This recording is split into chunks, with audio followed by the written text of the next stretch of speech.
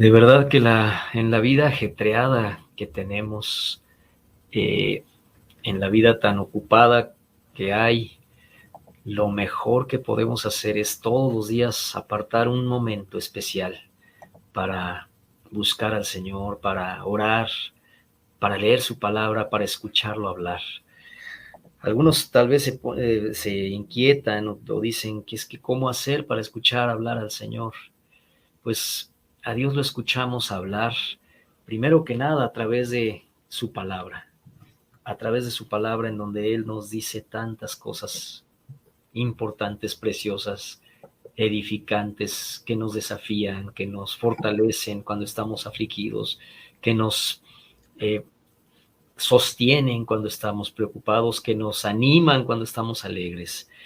Si leemos la palabra constantemente, cuando llegue el momento, Dios nos va a recordar justo lo que necesitamos recordar para esa situación en particular, la situación que requiere sabiduría o la situación que requiere fortaleza. Para cada situación que requiramos en ese momento, el Señor nos recuerda lo que ya tengamos adentro. Ahora, si no leemos la palabra, es muy difícil tener algo que recordar. Por otro lado, también Dios nos habla a través de nuestro interior, pero siempre teniendo el alimento de la palabra. Y Dios nos habla, nos a veces nos inquieta para que hagamos algo que no teníamos pensado hacer, o a veces nos inquieta para que no hagamos algo que queríamos hacer. Dios habla en nuestras vidas de maneras tan dulces. Por eso me gusta este canto cuando dice, escuchándote hablar, tal vez me quebranto como un niño. Y seguramente a ti también te ha sucedido más de una vez esa experiencia en donde estar en la comunión y en la presencia con Dios nos, no es que nos quebrante, sino nos conmueve de tal manera que escuchamos hablar a nuestro dulce papá y, y entonces podemos saber que estamos en su presencia. Este es uno de mis cantos favoritos, junto con otro, aquel que dice que no sé qué haré cuando ya esté en tu presencia, si caeré de rodillas o si lloraré. ¿Te acuerdas de ese canto? Es tan hermoso ese canto también. Bueno, pues vamos a continuar con nuestro análisis de la segunda carta a los tesalonicenses, en el capítulo 1. Prepárelo, ábrelo.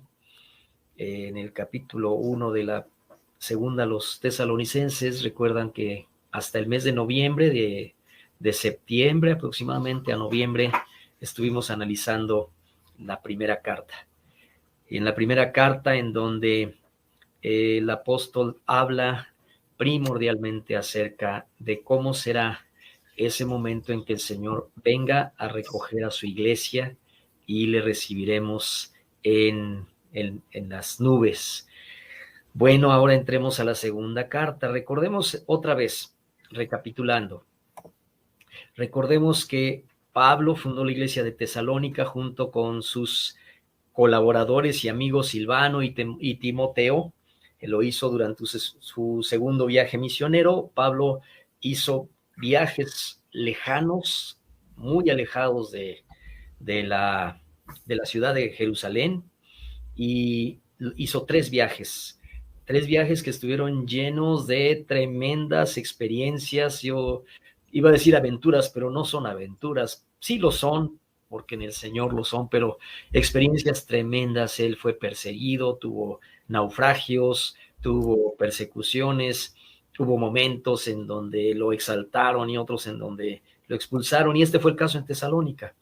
Cuando estuvieron en Tesalónica, compartieron el evangelio, hubo muchas personas que se entregaron a Jesucristo y se inició ahí inmediatamente una iglesia, porque recuerden ustedes que iglesia no es un edificio. Ellos no sabemos si ellos tenían un lugar apartado y específico. Lo más seguro es que no, como ahora se acostumbra, pero al reunirse ellos, al reunirse los cristianos, ahí se junta la iglesia. Ahora mismo estamos reunidos.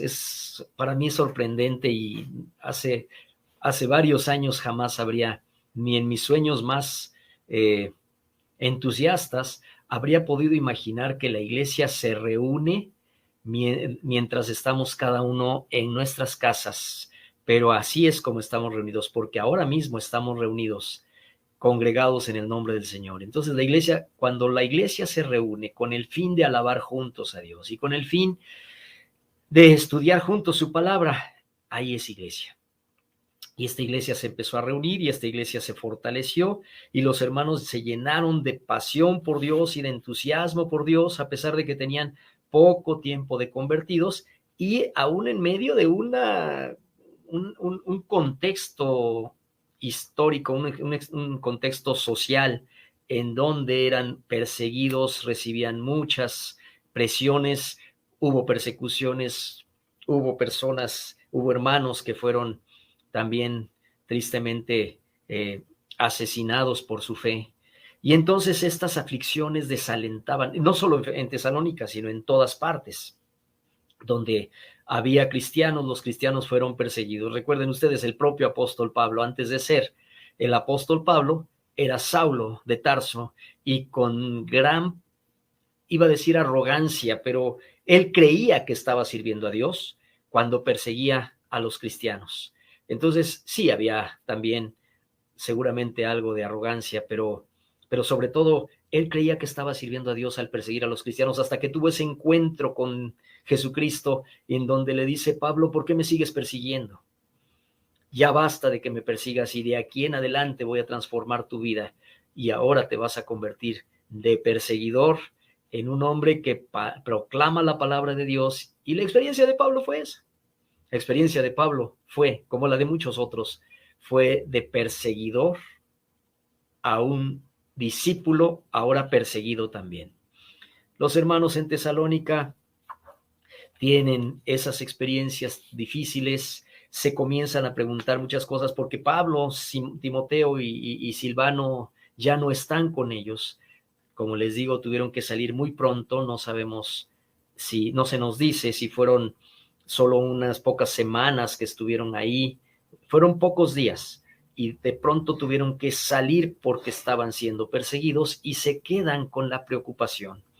Pablo en una oportunidad envía a Timoteo para que le informe cómo están los hermanos de Tesalónica. Cuando Timoteo regresa con Pablo, le trae las noticias de lo que ellos están preocupados, afligidos. En la primera carta estuvimos viendo que una de sus aflicciones era qué va a pasar cuando Jesucristo venga y seamos arrebatados al cielo con él, y los que ya murieron, ¿qué pasaría con ellos?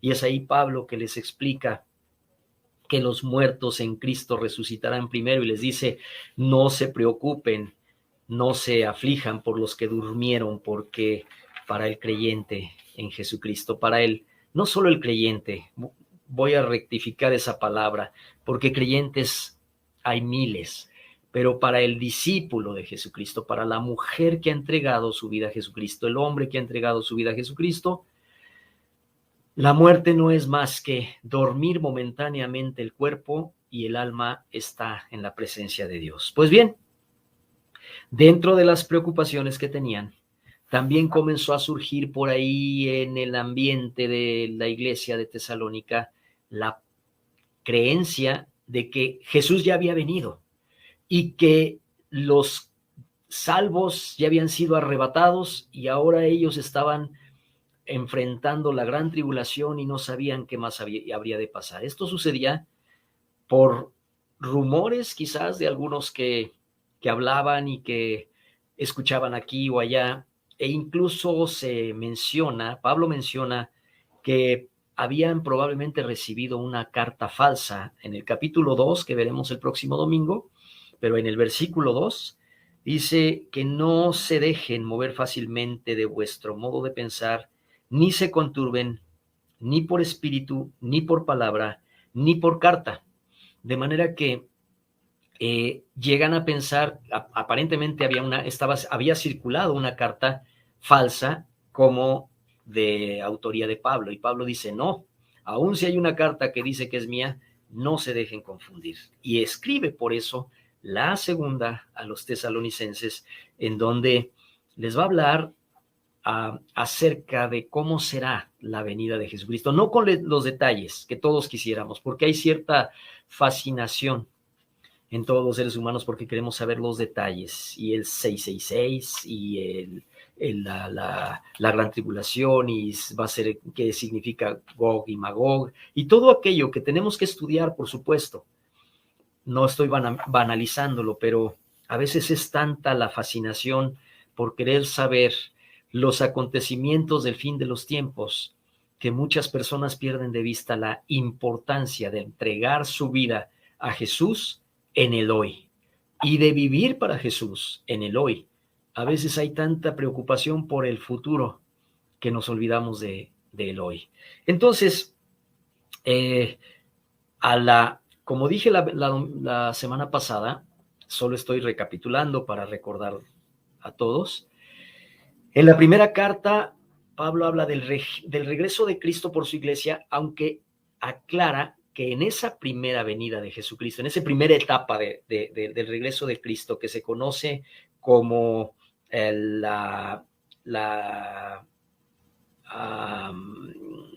arrebatamiento, Jesús va a venir por su iglesia. Los muertos en Cristo resucitarán primero, luego nosotros que vivamos, que habremos creído en Él, seremos levantados en las nubes a recibir a Jesucristo en las nubes. Entonces, en el arrebatamiento, Jesús viene, pero no llega, por así decirlo, si me permiten, no llega a la tierra, sino que se queda en la atmósfera, y nosotros subiremos a las nubes a recibir a Jesús y estar con Él.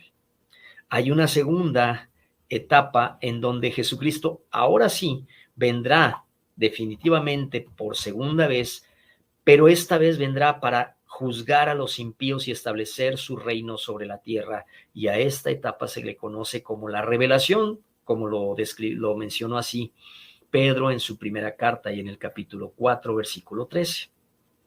Entonces, Jesucristo en su segunda venida ya no vendrá como un cordero a ser crucificado por nuestros pecados. Ahora vendrá como juez a juzgar a los impíos y a establecer su reino sobre la tierra. En algún punto de estos dos momentos es cuando sucederá la gran tribulación.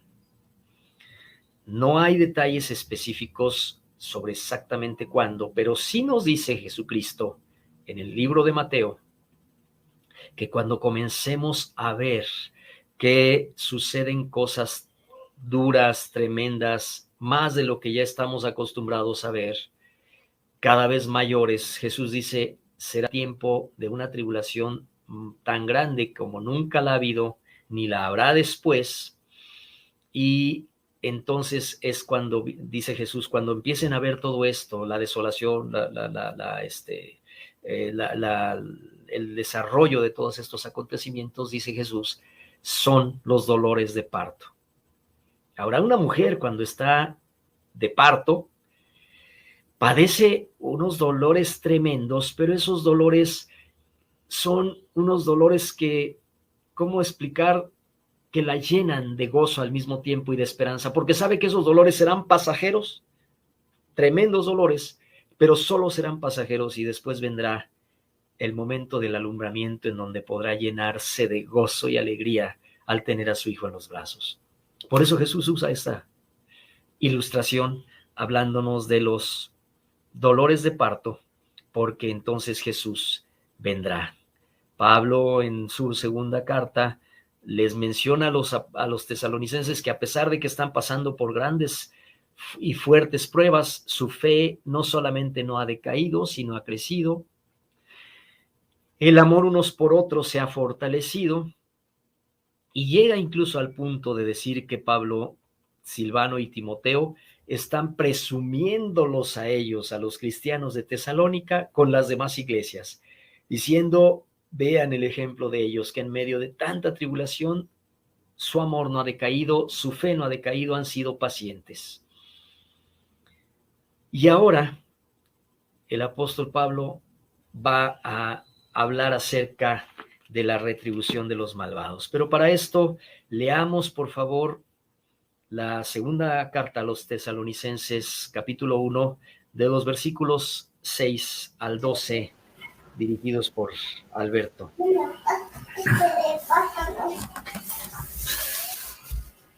Porque es justo adelante de Dios pagar con tribulación a los que os atribulan, y a vosotros que sois atribulados, daros reposo con nosotros, cuando se manifieste el Señor Jesús desde el cielo con los ángeles de su poder, en llama de fuego, para dar retribución a los que no conocieron a Dios, ni obedecen el evangelio de nuestro Señor Jesucristo, los cuales sufrirán pena de eterna perdición, excluidos de la presencia del Señor y de la gloria de su poder, cuando vengan aquel día para ser glorificado en sus santos y ser administrado en todos los que creyeron, por cuanto nuestro testimonio ha sido creído entre vosotros.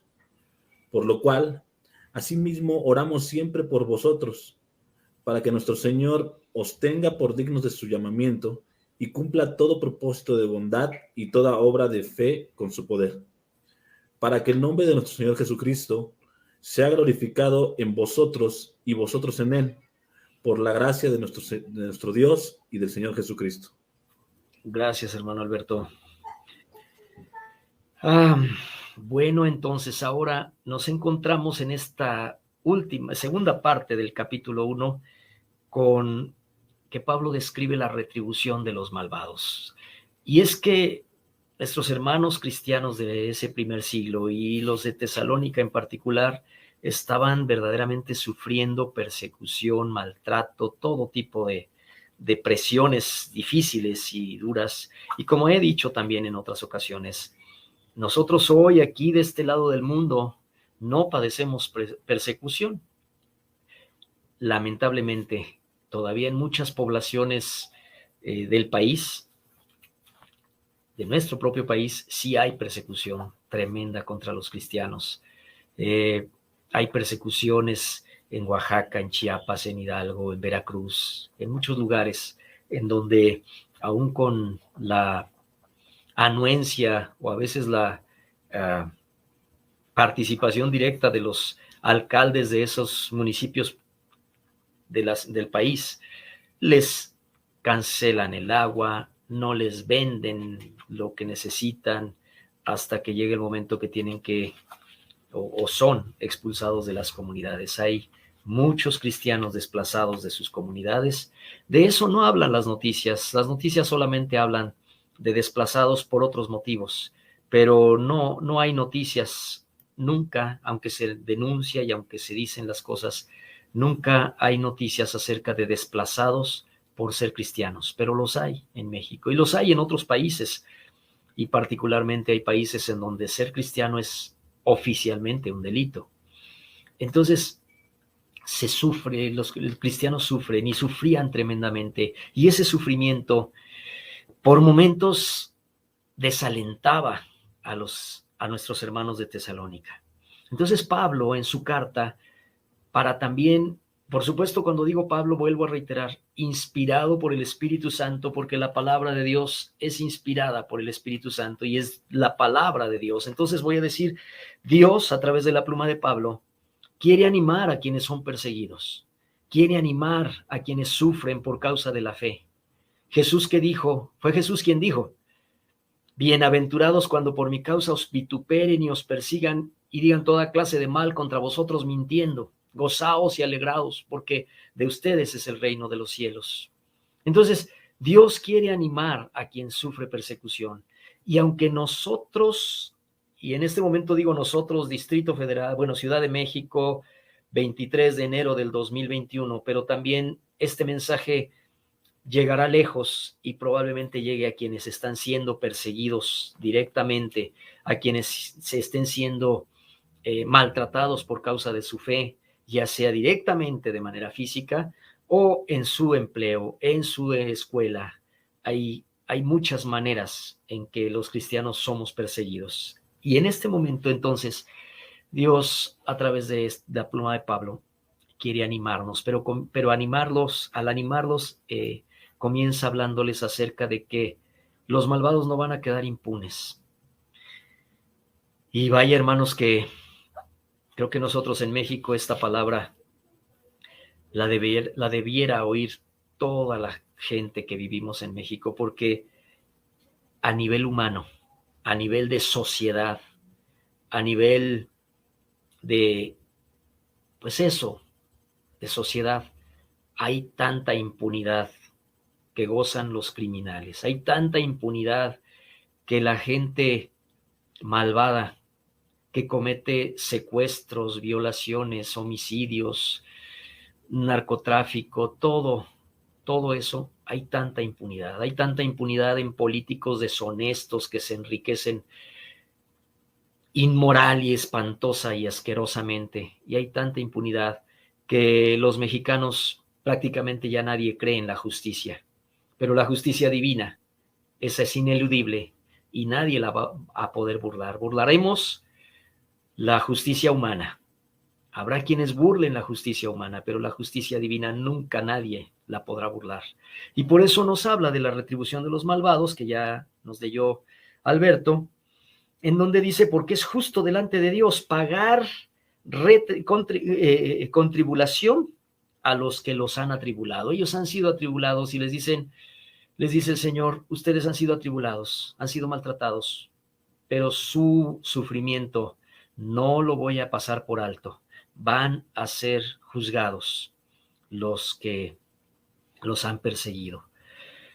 Cuando Dios actuó y sigue actuando como Salvador, Dios es misericordioso, su misericordia es infinita y como dice el Salmo, su misericordia es mejor que la vida. Y prodiga su gracia de una manera maravillosa, bondadosa, porque eso es la gracia. La gracia es el regalo, el favor de Dios que no merecemos. Así que cuando Dios actúa como Salvador, cualquier pecador, por malvado que haya sido, si se arrepiente, puede venir arrepentido a los pies de Jesús y encontrar en él el perdón y la misericordia por su gracia. Pero cuando la gracia termine, cuando Jesús actúe como juez, es justo. Y no solo hablo del futuro, hay ocasiones también. Dios en su maravillosa sabiduría y soberanía también actúa como juez. Y cuando Dios actúa como juez, Dios es justo. Y el que recibe la reprimenda de Dios, la reprimenda puede decir qué injusticia, pero Dios es justo. En Romanos 9:14, también el mismo apóstol Pablo escribe en Romanos 9:14, ¿qué pues diremos? ¿Que hay injusticia en Dios? Y él mismo responde, de ninguna manera. No, en Dios no hay injusticia. Cuando Dios actúa como juez, Él es justo. Él no abusa de su poder, aunque lo tiene, pero cuando actúa en justicia, es justo. Por eso a todos los seres humanos más nos vale acogernos a su gracia y a su misericordia, porque está siempre abierta para nosotros. Pero cuando Dios juzga es absolutamente justo. Ahora, si la gente que aún no se ha entregado a Cristo, si tú que me estás escuchando aún no te has entregado a Jesucristo, si la gente pudiera comprender que Dios es justo cuando actúa, entonces no sería indiferente al amor y a la gracia del Señor. No podríamos ser indiferentes al amor y a la gracia del Señor, porque cuando yo entiendo que Dios es justo, y si me pongo a pensar que si Él no me abrazara con su gracia por medio de Jesucristo, los pecados que yo he cometido merecen una justicia implacable. Es verdaderamente para temblar. Ahora, Él ya viene pronto. Y porque Él viene pronto, cuando Él venga por segunda vez, ya no lo hará como cordero, lo hará como juez. Y cuando venga como juez, Él va a pagar con tribulación tanto a quienes le causaron dolor a sus hijos, como a quienes desobedeciendo el evangelio rechazaron entregarse a Jesucristo. Yo sé que quien no conoce a Jesucristo puede decir que esto es injusto y muchas veces oímos argumentos de, pero ¿cómo? Pero si ¿por qué va a ser así? Si nada, al no aceptar a Cristo, pero una persona que es buena, que es moral y que además tiene alguna religión, y los budistas y los maometanos y los sintoístas o los ateos que son buenos, pero quien desobedece el evangelio y rechaza a Jesucristo recibirá el juicio de Dios, y lo recibirá porque rechazar a Jesucristo es rechazar su amor infinito. Rechazar a Jesucristo es rechazar su sacrificio inmenso por amor al haber muerto en la cruz por nuestros pecados. Él vino a morir por los pecados de todos los seres humanos.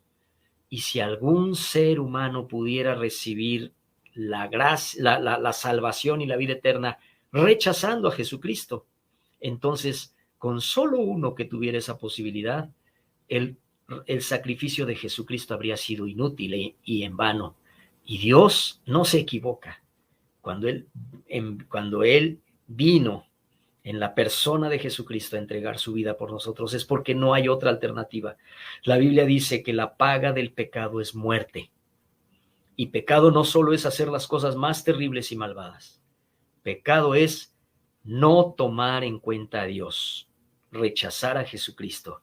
Y cuando Él venga, tanto a quienes desobedecieron el evangelio y rechazaron entregarse a Jesucristo, como a quienes causaron dolor y que su vida es vida de maldad, recibirán entonces tribulación como pago por su maldad o su indiferencia a Jesucristo. ¿Cuál es esa retribución? Yo sé que algunos dicen que es medio que no es necesario hablar mucho de esto, pero en verdad Jesús habló del infierno. Y el destino de los impíos, el destino de los malvados, el destino de los que rechazan a Jesucristo es el infierno. Por eso nosotros decimos que fuimos salvados. Dios me salvó del infierno que yo merecía ir. Ahora, ¿cómo es y qué es el infierno? Bueno, quiero comenzar por hablar del cielo. Y quiero decirles que la Biblia no habla mucho ni describe mucho el cielo. Hay 2 o 3 pasajes que lo describen, pero no exhaustivamente. Hay 2 o 3 pasajes, particularmente en Apocalipsis 7 y en Apocalipsis 21, describen el cielo, pero yo digo de una manera vaga. Porque aunque sabemos, ahí lo dice, que estaremos con Dios y que Él enjugará toda lágrima de los que hayan sufrido, que Él consolará a los afligidos. En su presencia ya no habrá enfermedad, ya no habrá cáncer, ya no habrá padecimientos, ya no habrá diabetes, ya no habrá amputaciones, ya no habrá ninguna clase de sufrimiento físico. Tampoco habrá sufrimiento emocional, ya no habrá depresión, ya no habrá ansiedad, ya no habrá angustia, ya no habrá miedo. Pero aún así, las descripciones que nos hace la Biblia acerca del cielo son pocas, son, como les digo, escasas, y yo digo que hasta cierto punto vagas. Tal vez porque el cielo es tan sublime y hermoso que no podríamos comprenderlo con palabras, que no habrían palabras suficientes que nosotros pudiéramos leer para comprenderlos. O quizás también Dios no ha dado tantas descripciones porque tal vez baste con saber que estaremos eternamente en la presencia de Dios, y eso para mí es más que suficiente. Saber que vamos a estar, que un día estaré eternamente en la presencia de Dios, eso es más que suficiente. Yo sé que tú y yo, tú al igual que yo, hemos tenido en nuestra vida algunos destellos de la presencia de Dios, algunos de esos momentos que dices, esto ha sido un instante tan sublime. Esas manifestaciones de Dios, como cuando tuviste por primera vez en tus brazos a tu hijo, a alguno de tus hijos, bueno, a cada uno de tus hijos. Esos momentos tan sublimes en donde pudiste tener el abrazo y el amor de tus seres queridos, de tu esposa, de tu esposo. Yo sé que todos hemos tenido momentos sublimes y maravillosos que han venido de Dios. No hablo solamente de momentos extáticos, que podemos haber tenido algún momento así, pero hablo de que dice el Señor, dice la misma Biblia, toda buena dádiva y todo don perfecto procede de lo alto. Yo he tenido a veces algunos momentos maravillosos viendo un atardecer en la playa, el poder admirar esa magnífica gloria de Dios en un atardecer. Y así hemos tenido algunos momentos sublimes en la presencia de Dios. Pues ahora imagínate estar eternamente en la presencia de Dios. Para mí es más que suficiente. Creo que no necesito demasiada descripción. Solo tengo la expectativa de cuando llegue ese día. Pues de la misma manera, la Biblia tampoco nos habla mucho acerca del infierno. Jesús lo menciona, la Biblia menciona el infierno, pero no hay descripciones acerca de él. A lo mejor por eso algunos escépticos dicen que el infierno no existe y que el infierno ya está aquí en la tierra y que cada vez que pasamos por grandes problemas, que suficiente con lo que vivimos en este valle de lágrimas, es ya el infierno aquí en la tierra. Pero no, en verdad el infierno existe. No nos da una explicación detallada, ni siquiera muy somera sobre el infierno. Sí se menciona que será un lugar de tormento, pero ¿saben por qué creo que en verdad lo que yo creo es por qué no nos da la Biblia grandes descripciones del infierno? Yo creo que es porque la condición de los perdidos será tan atroz que Dios prefirió velarnos tan horrenda descripción. ¿Nos damos suficiente cuenta de las consecuencias que hay en el mundo por no tomar en cuenta a Dios? ¿Te has dado cuenta de las consecuencias que hay en este mundo cuando el ser humano ha decidido darle la espalda a Dios y no tomarlo en consideración ni en cuenta en sus vidas? ¿Qué sucede cuando a Dios no se le toma en cuenta? Hay guerras. En este mundo hay guerras. Las guerras, ¿por qué son? Porque no se tiene en cuenta a Dios. Hay guerras entre países y hay guerras entre familiares y hay guerras tremendas a veces hay guerras entre hermanos, entre padres e hijos.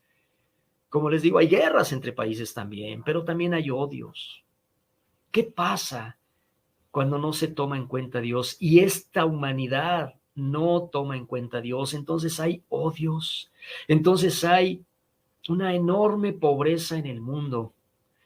La pobreza en el mundo no es otra cosa sino consecuencia de no tomar en cuenta a Dios, y no se lo estoy atribuyendo a los pobres, por favor lo aclaro, sino por no tomar en cuenta a Dios, la humanidad. Entonces hay una enorme desigualdad económica. En el mundo hay un pequeño grupo, muy pequeño grupo, así estamos hablando de 6,000 millones de personas que habitamos esta tierra.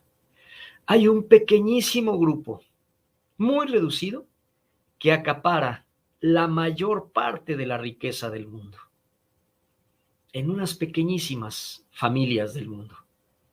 Y en cambio hay miles, millones de personas que viven en gran pobreza. Con lo que una de esas élites, con una sola de esas élites, ¿cuántas personas en el mundo se alimentarían y tendrían un techo y tendrían agua potable? Entonces, la pobreza es no tener en cuenta a Dios, y no estoy en este momento diciendo de un problema que sea hoy, sino es de siglos. Cuando no se ha tenido en cuenta a Dios, el ser humano se ha vuelto tan egoísta que la desigualdad económica causa enorme pobreza. Y si no, veamos un poco de historia, veamos esos fastuosos castillos que hay en Europa.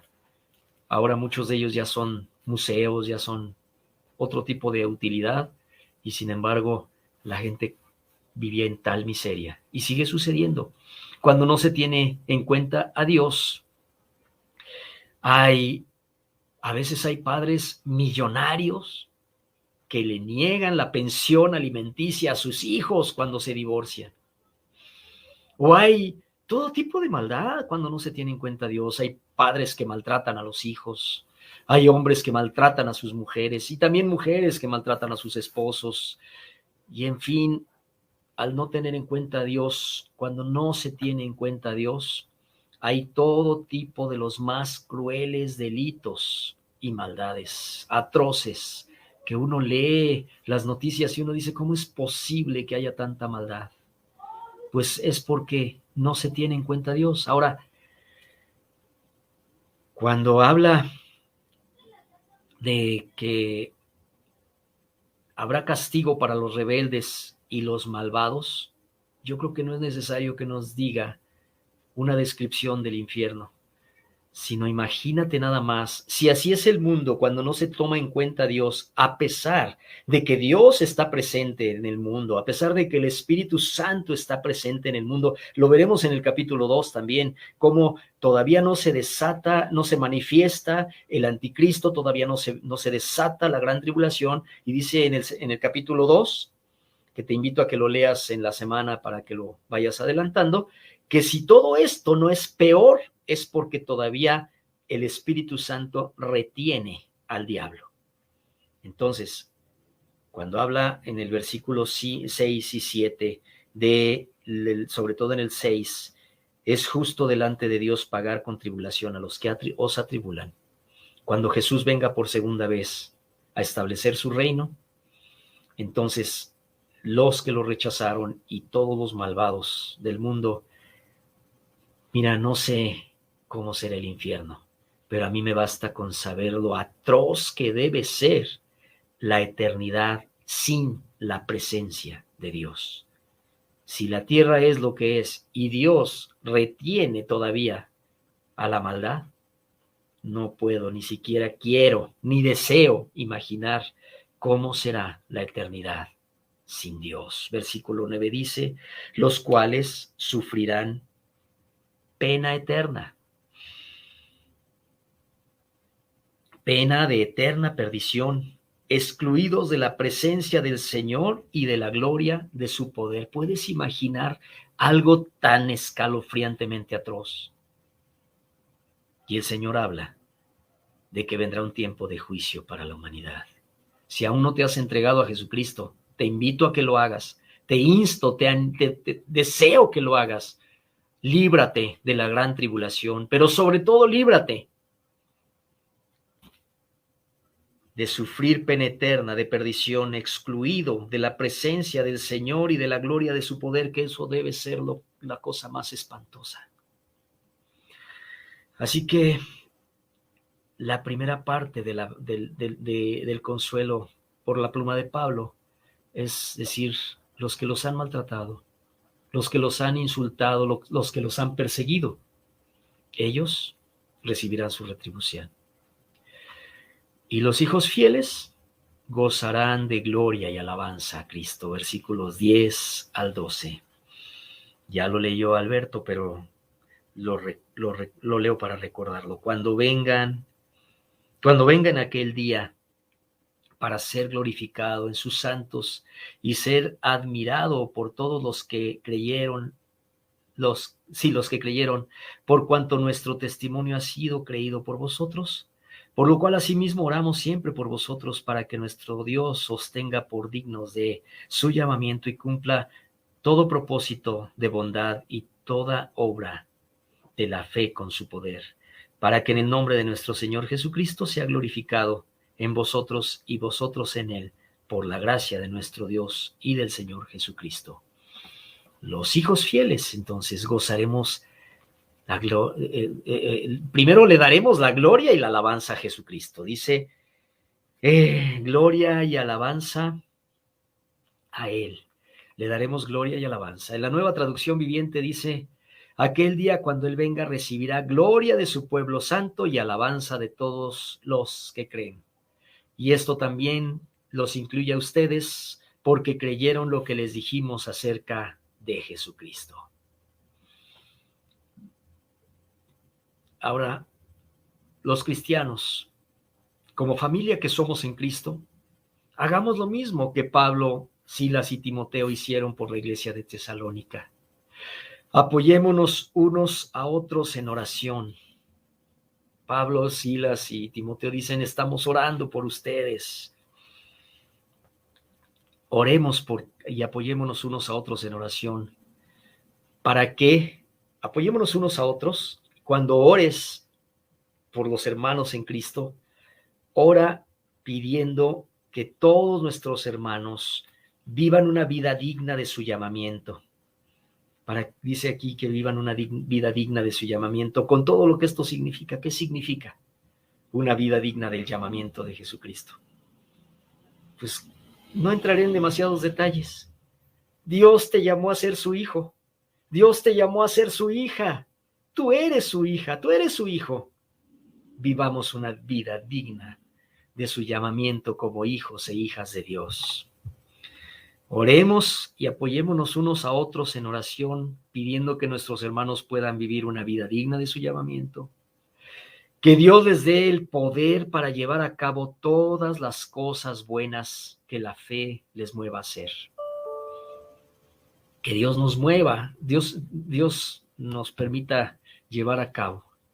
Saben, Dios preparó de antemano muchas buenas obras para que las hagamos nosotros. Oremos unos por otros para que Dios nos dé el poder para llevar a cabo todas las cosas buenas que la fe en Jesucristo nos mueve a hacer. Oremos unos a otros pidiendo que nuestros hermanos, con sus vidas,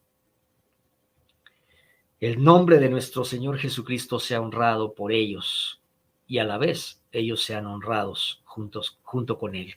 ¿Qué quiero decir con esto? Oremos para que cada uno de nuestros hermanos en la fe pueda honrar el nombre de nuestro Señor Jesucristo. Y dice el Señor que a su vez Él honrará a los que lo honren. El próximo domingo entraremos al capítulo 2. Pero ahora pidamos al Señor que Él nos permita comprender que en ningún momento hemos de flaquear, que perseveremos hasta el fin, que pueden haber tiempos difíciles como los de ahora en el mundo, la pandemia y todo esto que nos cambió nuestra manera de vivir. Aún así, nada nos separe del amor de Jesucristo. Romanos dice que nos separará del amor de Cristo. Tribulación, o angustia, o hambre, o desnudez. Tu economía cambió, no te apartas del amor de Cristo. Que nada nos aparte en este tiempo difícil. Y si hemos sufrido o vamos a sufrir persecución, recordemos que los malvados serán llamados a juicio. Los que rechazaron a Jesucristo serán llamados a Cristo. Y los hijos fieles recibiremos a Jesús cuando Él venga, dándole gloria y alabanza, y a la vez Él a nosotros también nos reivindicará y nos glorificará y nos dirá: bien, buena sierva fiel, buen siervo fiel, sobre poco has sido fiel, sobre mucho te pondré. Que cuando Él venga podamos nosotros estar preparados para recibirlo y orando unos por otros para que ninguno flaquee en medio de las dificultades. Oremos unos por otros para que nada nos aparte de su camino. Padre, gracias por tu preciosa palabra, Señor. Te agradecemos, precioso Salvador, que tú estás con nosotros y nos explicas en tu palabra. Gracias por tu preciosa palabra, a través de la cual tú nos dices cómo agradecer el tiempo que viene por delante. Señor, estamos seguros de que cada vez es más próximo el tiempo de tu venida, Señor, no solo por la lógica misma del tiempo que ha transcurrido, sino porque vemos todas las señales que se están cumpliendo, prácticamente todas al mismo tiempo, Señor. Gracias porque tú nos revelaste cómo habrá de ser el tiempo previo a tu venida para que no nos tome desprevenidos. Por eso aquí en esta carta escrita a los tesalonicenses, tú nos dices que no tenemos por qué pensar que nos tomará desprevenidos. Señor, ayúdanos a mantenernos fieles a ti. Yo te pido, Padre, por toda tu iglesia, por cada uno de los que te amamos, que los y nos fortalezcas. Que tu palabra nos aliente y gracias, Espíritu Santo, te agradezco tanto porque estás en nosotros, porque nos sostienes, porque nos guías a toda verdad y porque nos fortaleces. Gracias por las fuerzas que tú nos das en los momentos más oscuros y difíciles. Gracias por la sabiduría que nos das cuando requerimos tomar decisiones importantes. Gracias, Espíritu Santo, porque en ningún momento nos has dejado solos, porque nos llenas de tu paz en medio de la tormenta. Gracias, Señor Jesús, porque dijiste que estás con nosotros y lo estás cumpliendo. Estás con nosotros todos los días, hasta el fin del día. Muchas gracias, Salvador. Amén y amén. Aleluya. Gloria a su palabra.